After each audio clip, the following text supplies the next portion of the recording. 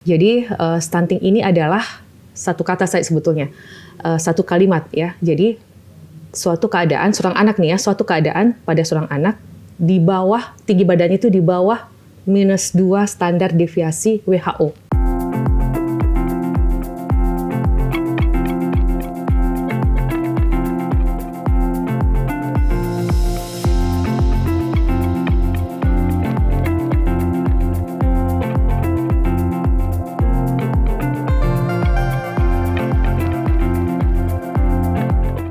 Halo pemirsa, senang sekali saya Putri Najwa dapat kembali menyapa Anda dalam Unhas Sehat. Hari Gizi Nasional mengingatkan kita akan pentingnya upaya mencegah stunting yang saat ini masih menjadi tantangan besar di Indonesia. Dengan prevalensi mencapai 14% pada tahun 2024, stunting yang berdampak pada pertumbuhan fisik dan perkembangan kognitif anak masih sulit untuk diturunkan prevalensinya.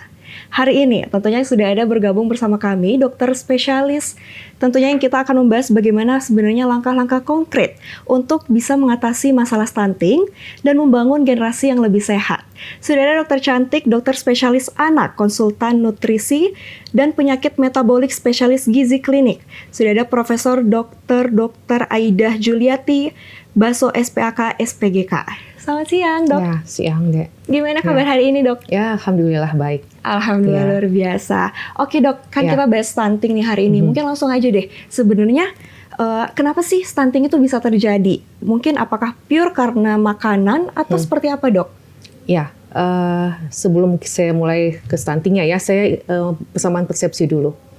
Jadi stunting ini adalah satu kata saya sebetulnya, satu kalimat ya. Jadi suatu keadaan seorang anak nih ya, suatu keadaan pada seorang anak di bawah tinggi badannya itu di bawah -2 standar deviasi WHO. Itu saya dulu. Jadi dia pendek di situ. Ya, jika sudah pendek, nah ini kita harus lihat lagi pendeknya ini karena apa. Nah, kalau dia kekurangan nutrisi, ya berarti itu stunting yang memang yang selama ini kita yang beredar itu berarti itu karena kekurangan nutrisi. Ada juga karena dia penyakit genetik misalnya, atau memang ada karena memang orang tuanya pendek memang, ya. Ada juga karena penyakit kayak sindrom ya kayak begitu. Ya, jadi yang pertama dulu kita samakan persepsi itu dulu. Ya, jadi kok dia di bawah -2 standar deviasi, nah itu pendek itu. Nah, kita explore lagi nih yang pendek ini. Apakah dia karena nutrisi, kemudian apakah karena dia kelainan genetik, ya, kemudian ada misalnya sindrom kayak gitu. Ya, jadi ada banyak hal yang bisa kita lihat dari seorang anak yang pendek. Jadi tidak semua stunting itu tidak selamanya tidak semua pendek stunting. Itu intinya. Tidak semua pendek adalah stunting. Betul. Oke. Nah, lalu sebenarnya apa sih sebenarnya tanda-tanda awal anak itu stunting yang harus diwaspadai sama orang tuanya sendiri? Iya. Oke, jadi sebetulnya kan selama ini kan ada posyandu ya. Betul.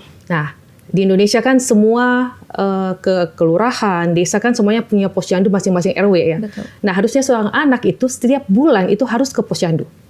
Nah, di posyandu kan diukur bukan cuma beratnya saja ditimbang ya, tetapi juga diukur panjang badan. Betul. Ya. Nah, jadi dari ukur ini, dari timbang dan ukur panjang badan inilah di situ kita mengetahui apakah anak ini tumbuh dengan baik atau tidak.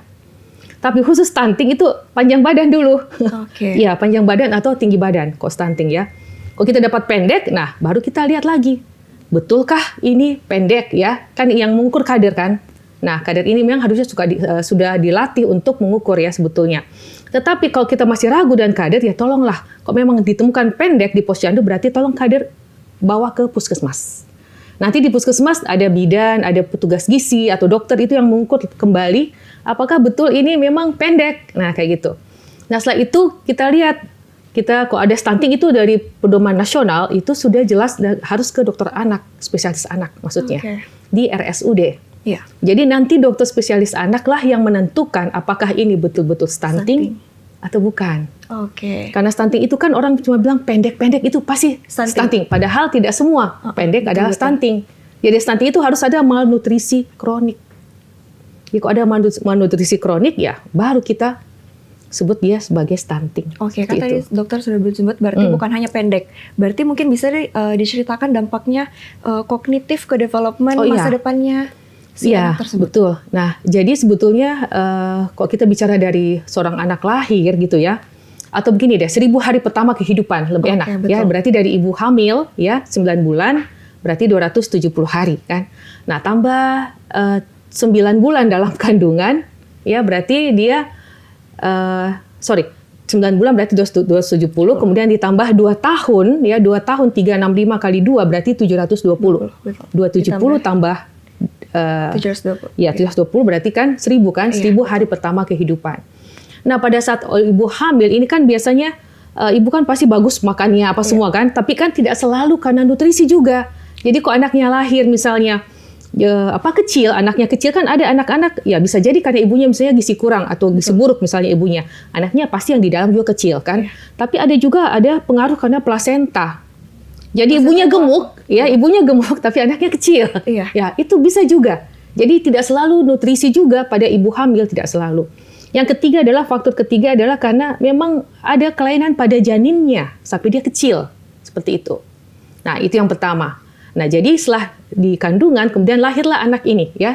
Nah, pada saat hari pertama biasanya kan setelah lahir kan biasanya ada namanya IMD. IMD ini kan inisiasi menyusu dini. Ini dari rekomendasi WHO itu sudah dijelaskan bahwa seorang anak setelah lahir tolong segera inisiasi menyusu dini. Nah, seperti itu. Setelah itu ASI eksklusif 6 bulan, kan? Nah, ini juga ASI eksklusif 6 bulan artinya ASI saja tidak ada tambahan yang lain selama 6 bulan. Tapi asal grafiknya naik terus. Karena biasanya kan kita ada ibu-ibu kan tidak semuanya banyak. Betul. Kan ASInya ya. Ada yang sudah 3 bulan sudah berkurang ASInya ya, seperti itu. Nah, jadi hati-hati di situ. Anaknya lahir misalnya bulan Januari, nah bulan Februari ini harus dibawa nih ke posyandu. Dilihat lagi, baguskah timbangannya? Ya, naik ke panjang badannya, apakah sudah bertambah panjang misalnya. Nah, biasanya ya kok stunting ini biasanya kita kan kok triwulan pertama itu harus naiknya kurang lebih 7,5 sampai 900 gram ya. Kenaikan beratnya ya setiap bulan. Nah, anak yang stunting ini cuma naik 600. Jadi dia naik tapi tidak cukup, tidak bagus kenaikannya seperti itu. Ya, jadi lama-lama dia kan kecil, dia tidak tumbuh. Ya, karena tidak cukup seperti itu. Nah, inilah yang seperti itu. Nah, jadi awalnya kejadiannya seperti itu. Nah, jadi kalau misalnya ASInya mulai kurang, ya berarti dia harus tambah. Harus ada tambahan dari luar. Kalau ibunya kekeh mau ASI eksklusif, mau ASI ya, itu bisa cari donor, misalnya donor ASI. Kalau tidak donor ASI, apa boleh buat susu formula maju? Ya, supaya dia bisa berkembang. Ya, jadi kalau dia tumbuh, ya beratnya bertambah, panjangnya bertambah, berarti ini juga bertambah otak. Jadi sebetulnya stunting ini marker mengenai otak dan itu mempunyai batas waktu. Jadi 1000 hari pertama kehidupan itulah sebetulnya yang paling penting di situ karena ini adalah periode emas perkembangan otak. Jadi pada saat lahir dia 25% otak dewasa, pada usia 1 tahun 70% otak dewasa, pada usia 2 tahun 80% otak dewasa. Jadi kalau kita bisa mencapai sampai 80%, yang sisanya ini tidak ada masalah ini, 20% ini tidak ada masalah. Yang penting 80% kita dapat, ya sudah bagus sekali ini. Seperti itu. Itulah mengapa 1000 hari pertama itu penting ya. Betul. Dan itu kita berlomba di situ. Betul. Kita berlomba dengan usianya. Iya, karena periode emasnya kan di situ. Iya, betul. Menarik sekali tadi sempat yang dokter mention tentang plasenta sendiri. Nah, itu kan mungkin si ibunya sendiri sudah merasa kayak sudah aman nih sementara mengandung. Tapi setelah mengeluarkan, nah itu yang harus diperhatikan itu di mana, Dok? Ya, ibu hamil kan saat ini dari Kemenkes itu harus 6 kali nih. 6 kali dia harus periksa ke dokter ya, ke ini. Nah, kalau bisa 2 kali dari 6 kali ini, 2 kali ke dokter kebidanan deh, ke dokter ini untuk periksa USG-nya, apakah plasentanya bagus. Nah, itu. Kalau yang dokter yang bidan enggak tahu itu, enggak tahu. Dia harus dilihat memang. Jadi memang harus segera dia kok hamil itu harus segera memang juga periksa ke dokter kebidanan, dokter kandungan. Sementara hamil pun rutin dan setelah lahir pun rutin. Betul. Betul ya, Dok. Jadi kok hamilnya 6 kali, kok enggak salah ya sekarang Kemenkes itu 6 kali. Iya. Nah, kan dalam hari perayaan Hari Gizi Nasional juga nih, Dok. Kita sinergikan sedikit pembahasan kita tentunya dengan salah satu program makan siang gratis yang dicanangkan Presiden terpilih Prabowo Gibran. Nah, kira-kira menurut dokter sendiri nih, sebagai pakar nutrisi sendiri, apakah program ini tuh bakal efektif atau bagaimana menurut dokter? Ya, kalau kita mau bicara tentang stunting, ya, kok stunting sudah lewat masanya. Oke. Ini kan anak sekolah ya, Betul. SD. Nah, stunting itu kan 2 tahun, Iya. 80% otak dewasa kan di situ. Ya kok kita kasih makanan gratis yang untuk anak SD berarti kita tidak bicara lagi stunting. Karena ini sudah lewat. Iya, betul. Tapi kalau mau meningkatkan pertumbuhan, ini kan masih tumbuh nih. Iya. Kan anak itu 0 sampai 18 tahun ternyata. Jadi kalau kita mau meningkatkan pertumbuhan lebih bagus, ya panjang badan, berat badan, ya tidak apa-apa, silahkan saja. Tapi kalau mau bicara tentang stunting itu sudah lewat. Oke, Sudah berarti lewat. batasnya itu Ya, kita balita usia saja, berapa? WHO Iya, balita. betul. Iya. Oke. 0 sampai 5 tahun. Nah, mungkin tips simple mungkin yang bisa dokter sampaikan kepada sobat akademika Unhas, future parents nih, sebenarnya gimana sih untuk mereka yang membutuhkan untuk anaknya menjaga nutrisi, untuk mencegah stunting, termasuk mereka mungkin yang memiliki budget terbatas nih mungkin, Dok. Ya, oke.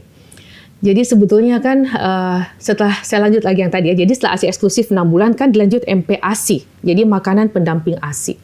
Nah, MPASI ini kan berarti anak sudah makan makanan padat ya. Betul. Nah, ini kan harus ada makronutrien dan mikronutrien. Makronya kan berarti karbohidrat ya, protein dan lemak.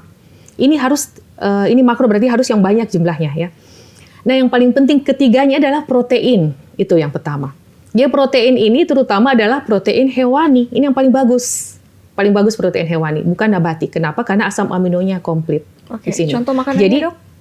ya dari hewani misalnya telur, Telur. ayam, ikan, Oke. daging, itu pokoknya dari hewani. Oke. Produk hewani, bukan misalnya kayak kalau nabati kan biasanya kita makan tahu, tempe, Iya, itu kan dia terbatas itu. Dia banyak kalau tumbuhan itu banyak yang tidak bisa diserap. Banyak yang menghalangi penyerapan dari protein dari yang berasal dari tumbuhan. Kalau pada hewani itu langsung dan dia komplit ya asam aminonya. Nah, jadi kalau dia ada protein berarti disekresikanlah hormon pertumbuhan. Nah, jadi kuncinya adalah protein hewani itu. Nah, bukan cuma protein saja, tetapi juga kita harus lihat jumlahnya. Itu dia. Jumlahnya. Jadi kalau 1 butir telur itu kalau kita lihat kurang lebih 6 gram ya, 6 gram protein. Jadi kalau anak usia 6 bulan sampai 1 tahun dia butuh 15 gram protein. Ya misalnya 1 pagi ya, telur 1 butir, siang 1 butir, malam juga 1 butir itu cukup. Oke, sudah cukup. 1 butir. Tapi ya terserah sih, tidak selalu harus telur ya. Oh, iya, betul. Dia bisa ikan, boleh ikan, ayam, daging, boleh. Seperti itu. Yang penting ada kalau karbohidrat tidak terlalu berkorelasi dengan stunting, lemak juga tidak. Yang paling berkorelasi langsung adalah memang protein. Nah, bagaimana Iya. kalau misalnya seperti suplemen-suplemen yang beredar tuh, Dok? Apakah itu direkomendasikan atau bagaimana tuh menurut dokter sendiri? Ya, kalau kita sih tidak. Yang penting ada makro dan mikronutrien. Oke, Itu berarti yang cukup. penting ASI dari makanan yang protein tadi ya, Dok ya? Iya. Jadi memang seorang ibu harus merencanakan protein apa yang harus dia misalnya tidak harus selalu telur ya, dia bisa ayam misalnya hari Senin ikan misalnya, sudah itu telur, Selasa mungkin Rabu lagi misalnya daging misalnya, terserah. Yang penting anaknya mau makan kayak gitu, anaknya bisa makan. Oke. Iya. Nah, ini nih, Dok, Iya. ada pasti mungkin banyak juga sobat akademik Unhas yang bertanya-tanya sebenarnya betul atau tidak sih, Dok, stunting itu bisa tertular dari orang tua ke anak. Jadi mungkin misalnya orang tuanya pendek bisa tertular ke anaknya. Bagaimana tuh, Dok? Kalau kita bicara genetik bisa. Oke. Kok genetik ya? Tapi genetik ini kan bukan stunting. Iya, Stunting berarti itu kan genetik. karena kekurangan nutrisi. Betul. Iya. Jadi bukan karena tertular, bukan. Betul. Tidak Kembali ada. lagi seperti yang tadi dokter pertama Iya. bilang, kalau misalnya memang ada yang pendek, berarti bukan hanya stunting ini bukan Iya hanya betul. pendek Selama saja. ini orang selalu pendek Betul. pasti stunting. Stunting. Tidak. ada orang anak pendek tapi beratnya sesuai umur, Iya, naik. betul. Berat badan umur bagus, Iya. berarti dia tumbuh gitu. Betul. Berarti bukan. Dia Bisa ada dari kekurangan. genetiknya juga kan, Dok ya, kalau pendek. Iya. Tapi biasanya walaupun mungkin dia akan ke depan akan misalnya ikut orang tua misalnya, tapi dia pada masa balita itu biasanya bagus juga. Oke. Iya, dia kan bagus juga, tapi lama dia akan menuju orang tua. Seperti Oke, itu. Dok. Mungkin bisa disampaikan pesan untuk calon orang tua yang pengen punya anak sehat dan bebas stunting, Dok. Iya, jadi sebenarnya untuk orang tua ini ya, yang paling penting adalah menurut saya adalah protein hewani. Protein hewani. Harus ada protein hewani. Jadi banyak pasien itu dibilang, dok banyak makannya, bagus makannya, tapi kok beratnya tidak naik ya. Tapi ternyata setelah ditanya-tanya, oh dia cuma makan nasi dan sayur. Proteinnya mana tidak ada. kayak begitu. Jadi bagaimana caranya mau naik? Karena ini kan kita tahu protein itu kan zat pembangun, artinya mengganti semua sel-sel jaringan yang rusak kayak gitu. Ini protein fungsinya. Ya juga adalah bahan baku untuk hormon ya kayak gitu, untuk antibody ya itu semua protein. Jadi kalau tidak ada protein ya dia tidak akan tumbuh. Itu kuncinya saja. Satu saja sebetulnya ya, protein hewani. Oke, terakhir Dok, sebelum menutup perjumpaan kita pada hari ini, mungkin dokter bisa sampaikan satu kalimat yang dokter mau sampaikan kepada Sobat Akademika Unhas. Iya, kepada ibu-ibu nih ya. Iya. Ya, jadi kalau misalnya mempunyai anak ya, tolong segera rutin ke posyandu. Ya, sebaiknya rutin ke posyandu. Ya, karena di posyandu kita bisa melihat pertumbuhan seorang anak. Apakah dia bagus berat badannya, kenaikan berat badannya, ataupun juga panjang badannya juga bagus. Seperti itu. Jadi sebaiknya rutin ke posyandu ataupun ke klinik misalnya ya untuk melihat pertumbuhan. Ya, seperti itu. Oke, baik, itu luar biasa. Terima kasih banyak Dok atas waktunya untuk hari ini. Makasih. Baik Sobat Akademika Unhas, tentunya sudah kita mendengar informasi bagaimana sebenarnya langkah-langkah konkret yang dapat kita lakukan untuk mengatasi stunting dan membangun generasi emas 2045. Mencegah stunting merupakan investasi jangka panjang untuk menciptakan generasi yang sehat, cerdas, dan produktif. Setelah podcast pada hari ini, tentunya kita sama-sama mewujudkan masa depan Indonesia yang lebih kuat dengan memprioritaskan kesehatan gizi anak sejak dini. Saya Andi Putri Najo, mewakili seluruh kru yang bertugas pamit undur diri dan sampai jumpa.